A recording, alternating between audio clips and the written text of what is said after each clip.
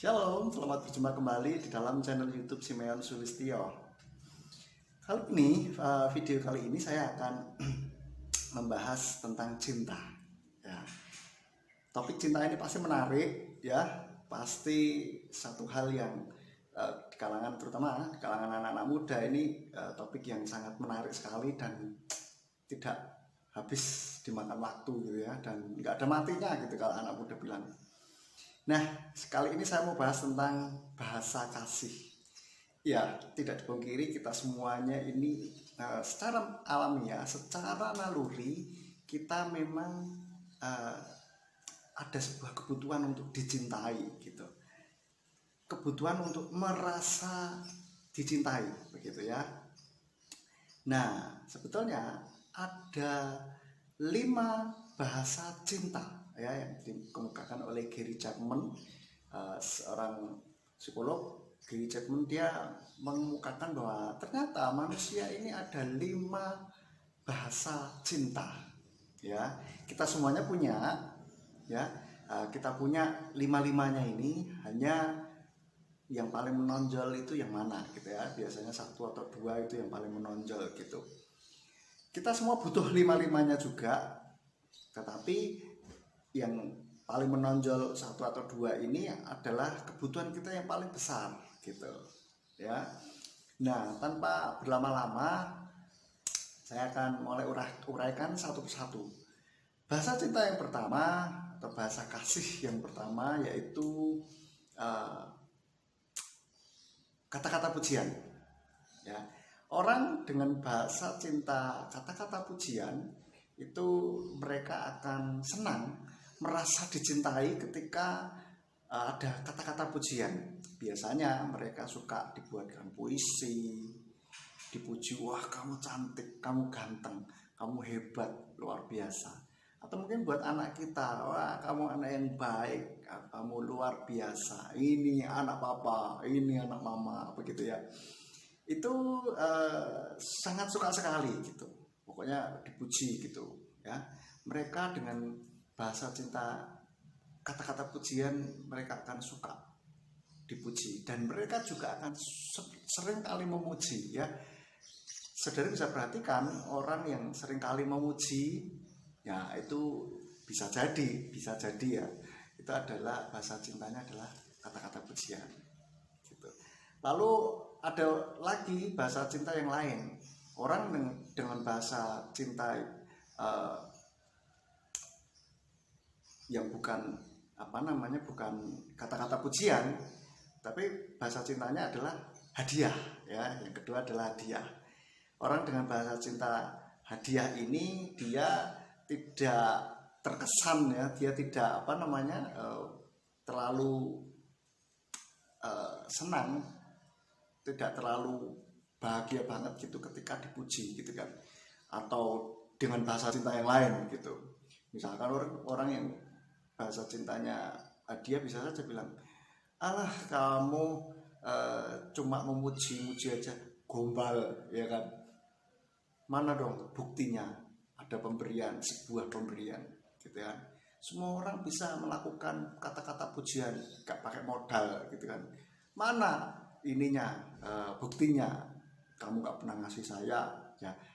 Saudara, ini bahasa kasih pujian hadiah ini adalah tidak harus berupa hadiah yang mahal, tidak harus berupa uang juga, dan biasanya tidak berupa uang sih, tapi barang ya, sesuatu yang ya pokoknya khusus diberikan untuk dia gitu, barang. Kadangkala meskipun mungkin kayaknya enggak terlalu bermanfaat gitu ya, tapi mereka senang sekali ketika mendapatkan sesuatu. Contoh nih, kalau anak-anak muda kasih bunga itu senang sekali gitu kan.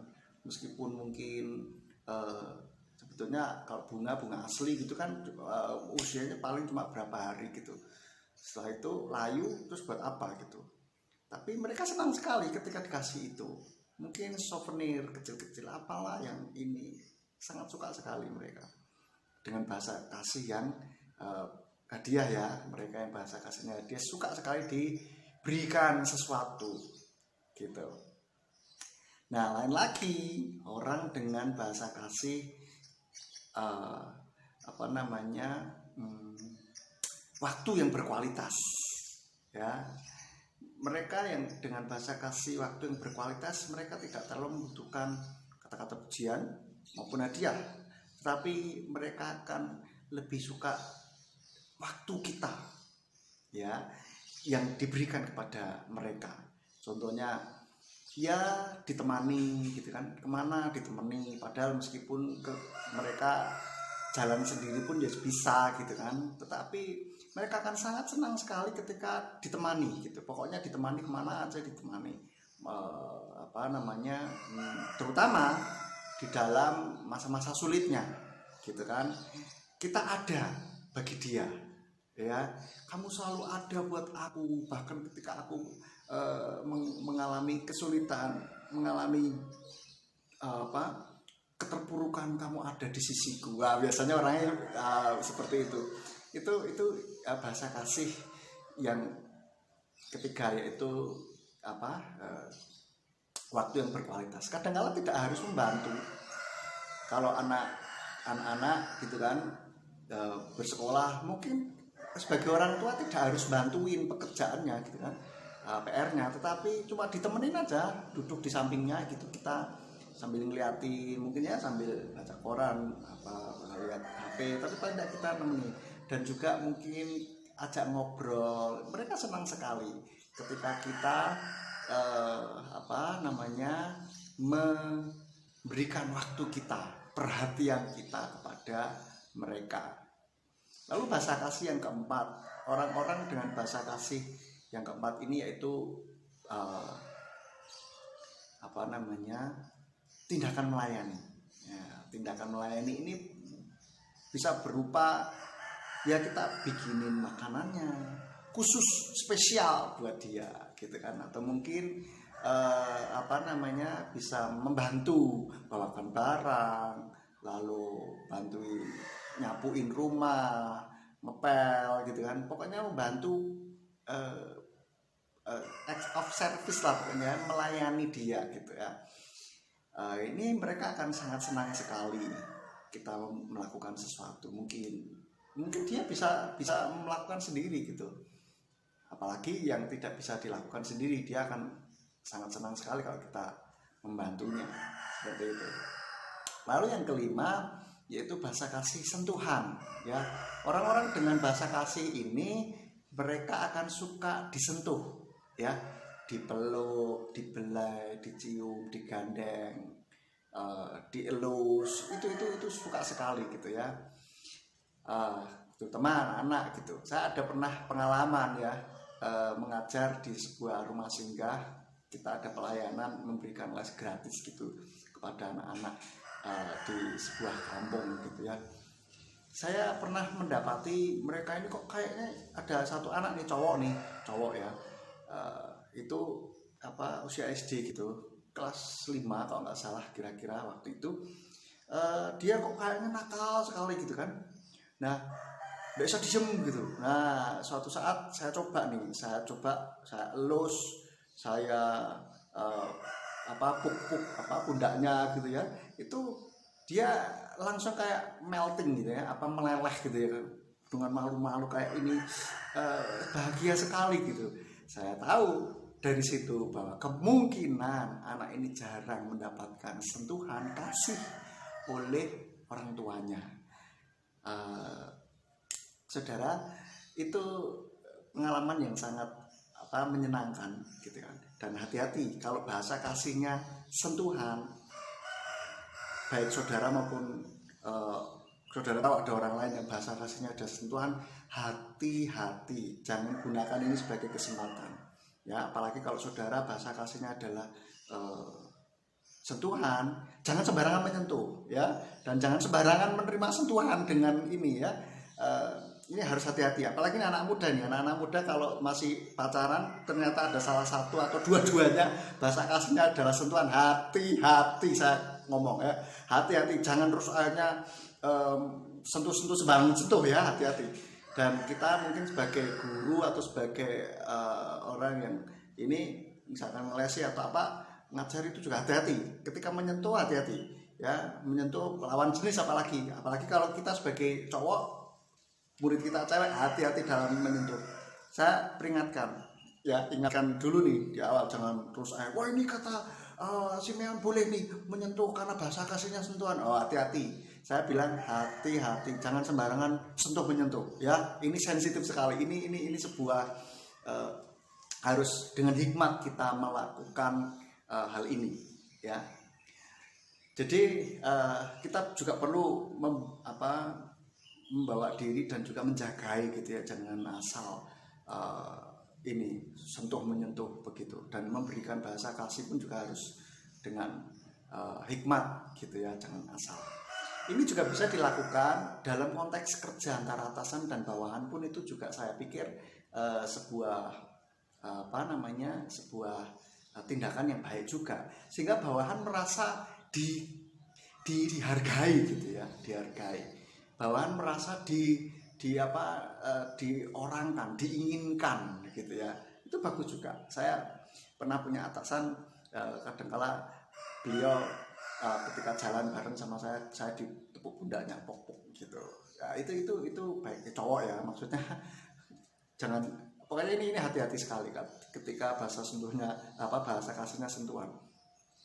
Itu saudara ya, dalam relasi dengan keluarga, dengan anak, dengan orang tua, itu bisa kita terapkan bahasa kasih ini. Kita lihat bahasa kasih orang tersebut itu apa, dan kita berikan itu. Ya, seringkali ada anak yang merasa tidak dicintai karena bahasa kasihnya berbeda gitu. Saya pernah mendengar, karena saya belum pernah punya anak, saya pernah membaca saja kisah gitu ya, kisah nyata, bahwa ada anak keluarganya baik-baik saja, tetapi kenapa anaknya tidak merasa dicintai begitu ya, padahal orang tua juga sayang loh sama anak gitu kan, tapi kenapa kok anak ini merasa tidak dicintai? Something wrong di situ. Nah, setelah ditelusur ternyata bahasa kasih anaknya berbeda dengan bahasa kasih orang tuanya. Orang tua bahasa kasihnya adalah hadiah, tetapi bahasa kasihnya anak adalah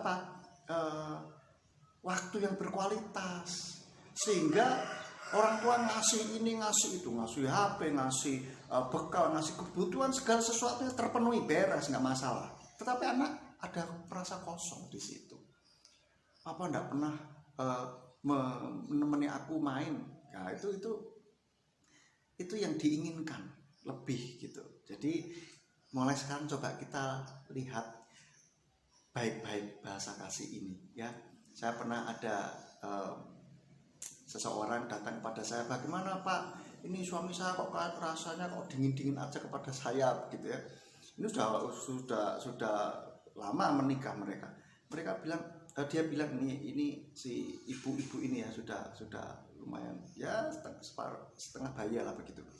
Itu bilang, kenapa ya gini. Saya bilang, Bu, coba cari tahu bahasa kasih Bapak. Kalau nggak tahu gimana, ya sudah berikan 5-5-nya, nanti dicek, dilihat yang ngefek yang mana gitu kan. Dan kita juga sebetulnya bisa melihat bahasa kasih orang tersebut, keluarga kita yang kita kasih itu apa, yaitu dengan cara melihat apa yang seringkali dia lakukan untuk kita, orang-orang yang dia kasihi gitu. Kalau dia sering melakukan pujian, ya mungkin bisa saja bahasa kasihnya adalah pujian, seperti itu ya Bapak Ibu Saudara. Atau bisa juga dengan menggunakan tes bahasa kasih ya, saudara bisa lihat, cari sendiri di internet, banyak sekali tes bahasa kasih, baik yang bahasa Indonesia maupun bahasa Inggris, banyak. Silakan di googling saja di situ ya. Dan ketika kita mengetahui bahasa kasih dan kita terapkan, ini bisa membuat hubungan yang tadinya renggang bisa lebih erat lagi ya. Jadi cobalah, kalau saat ini saudara sedang mengalami sebuah kehausan ya kan, atau hubungannya hambar rasanya begitu ya, coba lakukan bahasa kasih ini. Karena kalau bahasa kasih berbeda itu nggak nyambung nanti jadinya ya, meskipun kita memang membutuhkan 5-5-nya ini, tapi 1 atau 2 ini paling dibutuhkan biasanya. Kalau yang lain ya biasa aja gitu rasanya begitu. Saudara dicoba ya. Saya harap hubungan antar keluarga, hubungan dengan sesama kita akan menjadi lebih baik. Kiranya video ini boleh menjadi berkat bagi kita semuanya. Bapak ya, di dalam nama Tuhan Yesus Masih memberkati. Shalom.